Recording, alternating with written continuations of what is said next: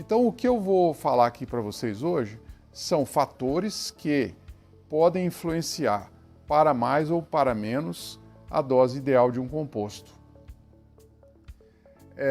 Nós começamos no café, nas nossas primeiras compostagens, e eu lembro que a gente começou aplicando uma dose de 10 toneladas por hectare, um cafezal adulto. 10 toneladas por hectare, aplicação localizada ali na projeção da saia do café. E aí um cliente meu falou, escuta, da onde você tirou essa dose de 10 toneladas por hectare? Aí eu falei para ele, eu vi nos livros aí, né? A maioria dos livros fala nessa dose e tal. Ele falou, mas quem te falou que essa dose é a melhor? Será que não é menos? Será que não é mais? A partir daí, nós começamos em várias fazendas a testar doses diferentes de composto, né? Para vocês terem uma ideia, nós fomos descendo, porque eu comecei a subir 11, 12, 13, 15 toneladas por hectare e não vi nenhum benefício a mais. Só que a logística ficava muito complicada. Imagina você que numa lavoura de café, você tem que aplicar rua por rua, né? Então é muito demorado, né? E ficava caro também. Então eu falei, olha, vamos seguir o caminho inverso. Vamos começar a reduzir dose e ver se piora o resultado. E aí a gente veio 9 toneladas, 8, 7, 6, 5, chegamos em 4 toneladas por hectare. Em várias fazendas, durante alguns anos, nós percebemos que o resultado não era igual. E aí a gente voltou a subir ali para 6 toneladas e mais ou menos a gente estabilizou em 6 toneladas por hectare de um composto aí, vamos dizer, com 25% de umidade. Então foi uma coisa empírica, né? E a partir daí nós começamos a estudar quais seriam os fatores, porque fizemos isso também em lavouras de grãos, em lavouras de cana, estamos fazendo até hoje. Quais seriam os fatores que poderiam justificar um aumento ou uma redução nessas doses? Então são eles, em primeiro lugar, a textura do solo, né? Então a gente viu que em solos argilosos, essa dose ótima, ela é menor do que em solos arenosos. Os solos arenosos, eles são mais beneficiados quando você aumenta a dose. Então sempre de olho nessa relação custo-benefício, né?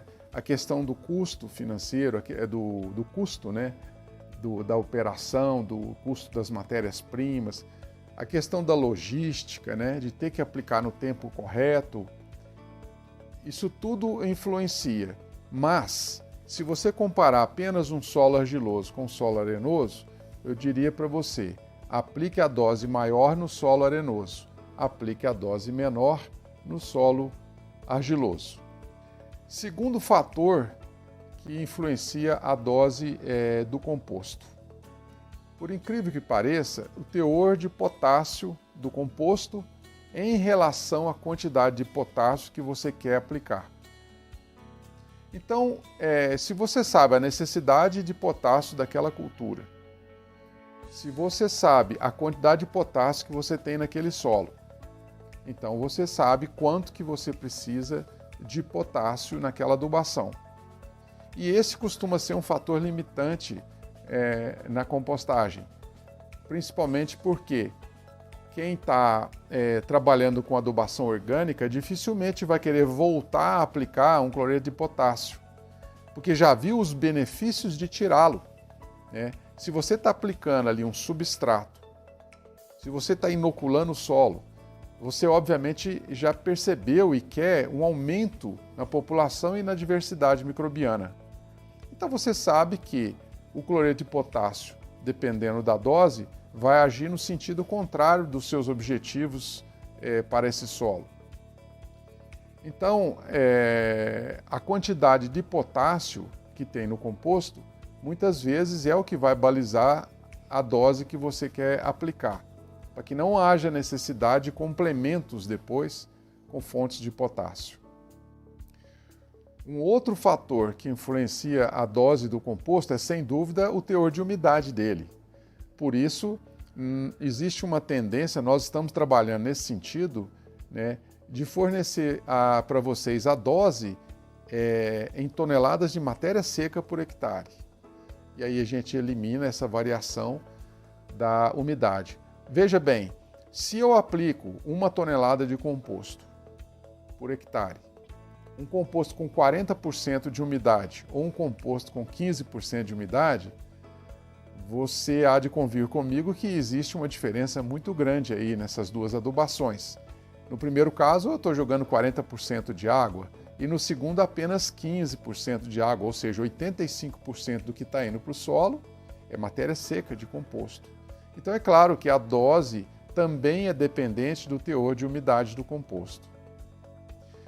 Outro fator que também afeta as dosagens para mais ou para menos é o objetivo que você tem com aquela adubação.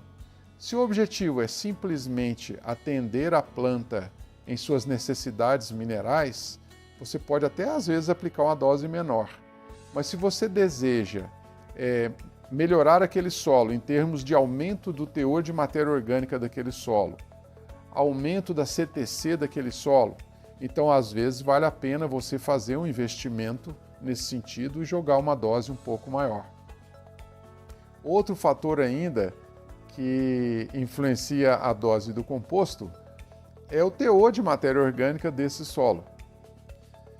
Se o teor de matéria orgânica do solo for baixo, então não adianta também você aplicar uma dose muito alta. Parece até contraditório, mas num solo de baixo teor de matéria orgânica, provavelmente você também tem uma baixa atividade microbiana, porque a atividade microbiana é limitada pelo teor de carbono desse solo, que é o alimento de toda essa cadeia trófica aí dentro do solo.